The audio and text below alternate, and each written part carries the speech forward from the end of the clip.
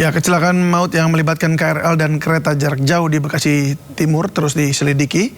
Dan memang seperti yang disampaikan tadi, fakta baru terungkap bahwa pemicunya adalah sang sopir baru bekerja dan menjalani pelatihan hanya 1 hari.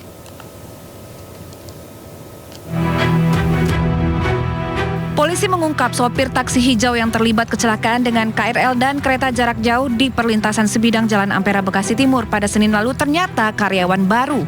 Saat insiden terjadi, sopir taksi baru 2 hari bekerja. Sebelum diterjunkan ke lapangan, sopir hanya mendapatkan pelatihan singkat, yaitu selama 1 hari. Pelatihan hanya berupa pengenalan dasar seperti menyalakan kendaraan, menggunakan lampu, dan fitur sederhana lainnya. Dari hasil keterangan driver ataupun supir taksi online yang sudah dimintain keterangan bahwa yang bersangkutan baru bekerja itu semenjak tanggal 25 April 2026. Jadi baru beberapa hari setelah kejadian dan melakukan pelatihan selama 1 hari. Jadi terkait tentang bagaimana mengendarai, cara menghidupkan kendaraan tersebut, ini baru pengenalan dasar itu dilakukan 1 hari. Nah, bagaimana menyalakan, mematikan mobil, serta cara lampu sen, parkir, dan lain-lain. Ini terjadi, ini masih didalami oleh teman-teman penyidik. Saat ini kasus kecelakaan tersebut telah diambil alih oleh Subdit Kamnek Direktorat Reserse Kriminal Umum dengan status naik ke tahap penyidikan. Kecelakaan bermula saat taksi listrik mogok di perlintasan sebidang. Kendaraan kemudian ditabrak KRL yang melintas. Insiden ini memicu rangkaian peristiwa lebih besar di mana KRL ditabrak dari belakang oleh kereta Argo Bromo Anggrek. Akibatnya belasan orang meninggal dan puluhan lainnya luka-luka. Dari Jakarta, Tim Liputan iNews melaporkan. Bentuk rasa simpatik dan duka cita atas musibah kecelakaan kereta Argo Bromo dan KRL komuter lain, sejumlah warga memberikan karangan bunga dan buke di stasiun Bekasi Timur, Bekasi, Jawa Barat. Warga berharap agar tragedi yang menelan 16 korban jiwa dan ratusan korban luka tidak terulang kembali.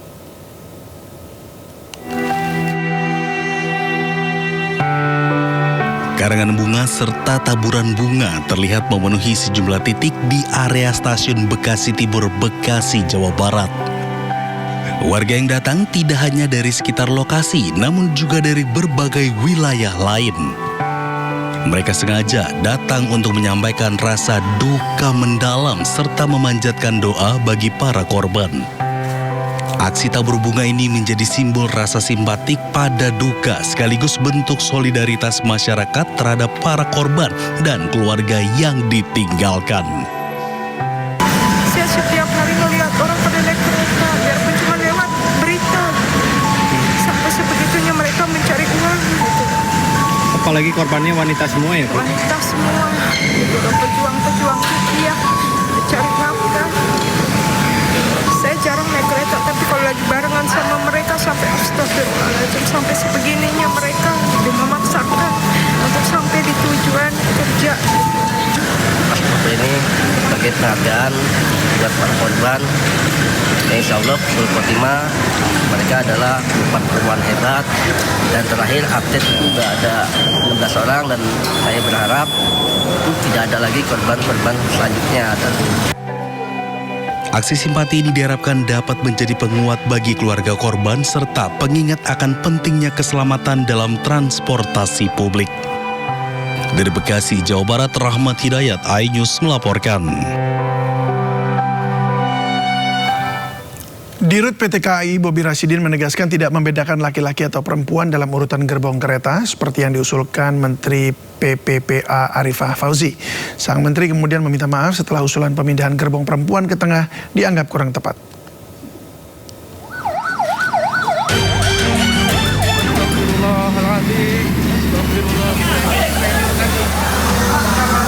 Tengah.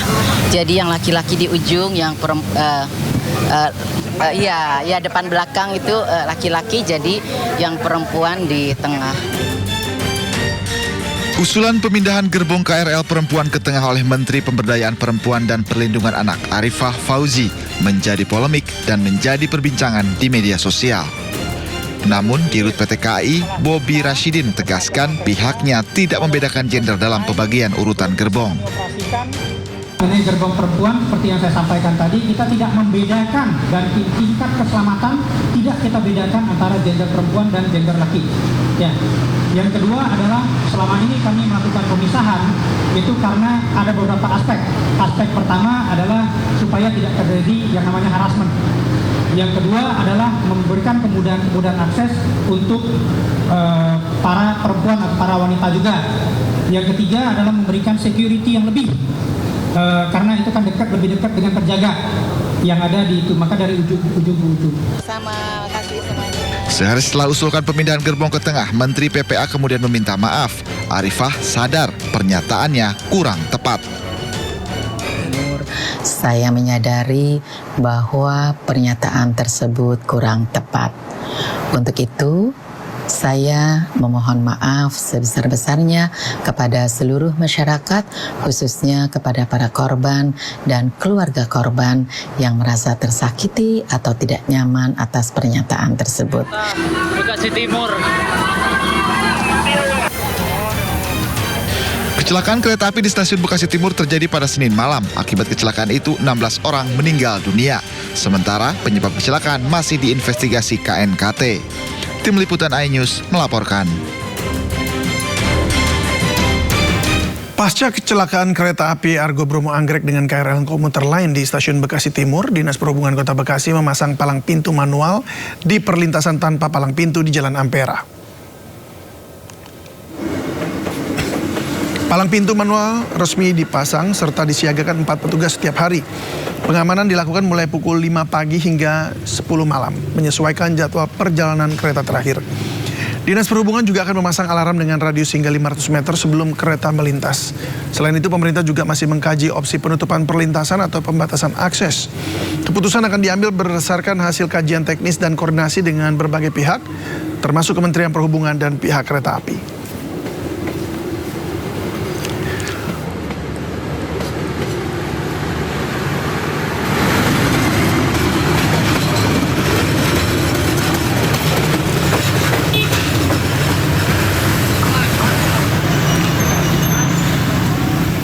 Peristiwa menegangkan kembali terjadi di perlintasan rel kereta. Pemotor dan pejalan kaki di Cimahi, Jawa Barat nekat menerobos rel saat kereta sudah dekat. Ningga Opan. Astagfirullah. Video yang diunggah akun Instagram @ajibandung memperlihatkan situasi di perlintasan rel kawasan Cimindi, Cimahi, Jawa Barat. Dalam rekaman ini, suasana sudah tidak aman karena kereta melaju mendekati lokasi. Namun alih-alih menunggu, beberapa orang justru mengambil risiko besar. Sebuah sepeda motor tiba-tiba melintas di rel saat kereta sudah dalam posisi mendekat. Rekaman juga menunjukkan sejumlah orang berlari menyeberangi rel saat kereta sudah sangat dekat. Padahal warga sekitar sudah berteriak memperingatkan bahaya yang mengintai. Alih-alih mengindahkan peringatan, mereka tetap melanjutkan langkah. Puncak ketegangan terjadi saat seorang wanita hampir ditabrak kereta. Beruntung insiden ini tidak berujung pada tragedi.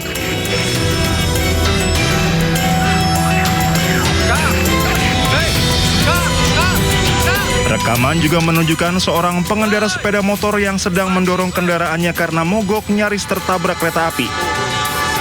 Petugas rel kereta api langsung berlari menyelamatkan sang pengendara sepeda motor.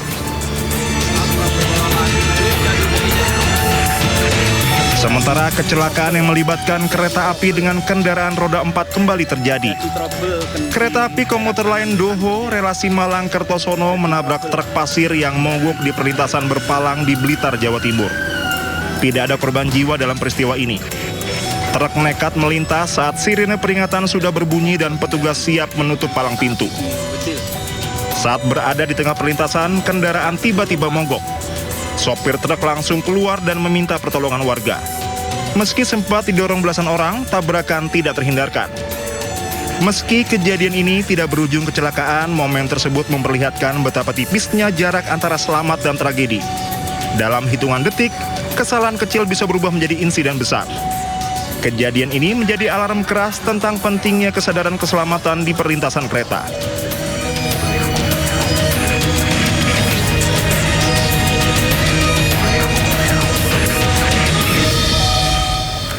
Kepala Dinas di Pemkab Pandeglang mengalami kecelakaan tragis menabrak anak-anak sekolah dasar. Naas, seorang siswa SD tewas dan 5 lainnya luka-luka.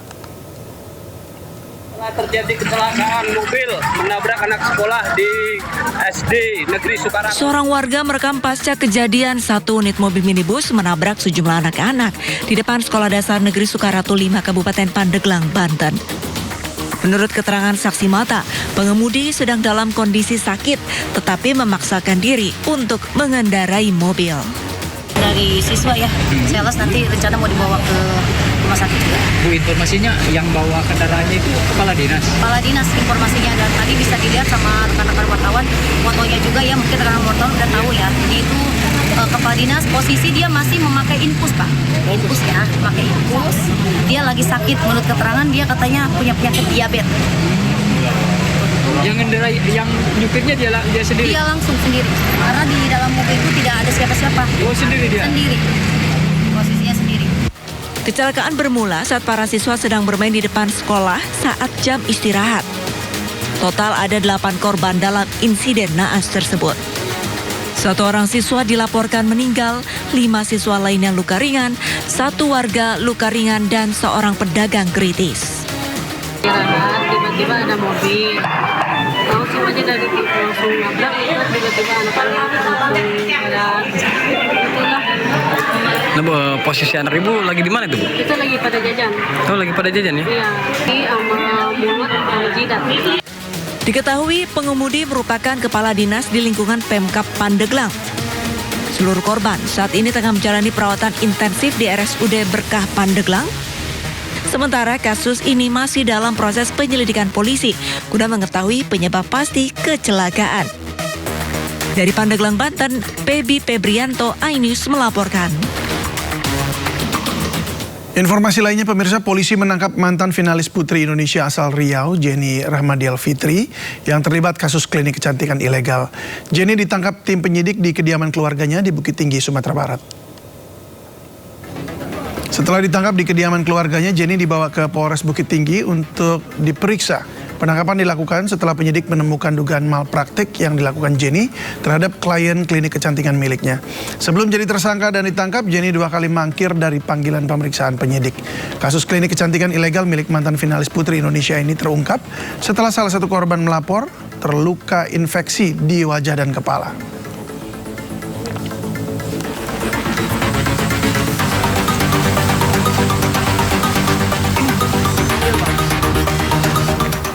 Presiden Trump menyebut blokade Selat Hormuz sebagai tembok besi dan pasukannya seperti bajak laut. Informasinya akan hadir usai jeda berikut ini.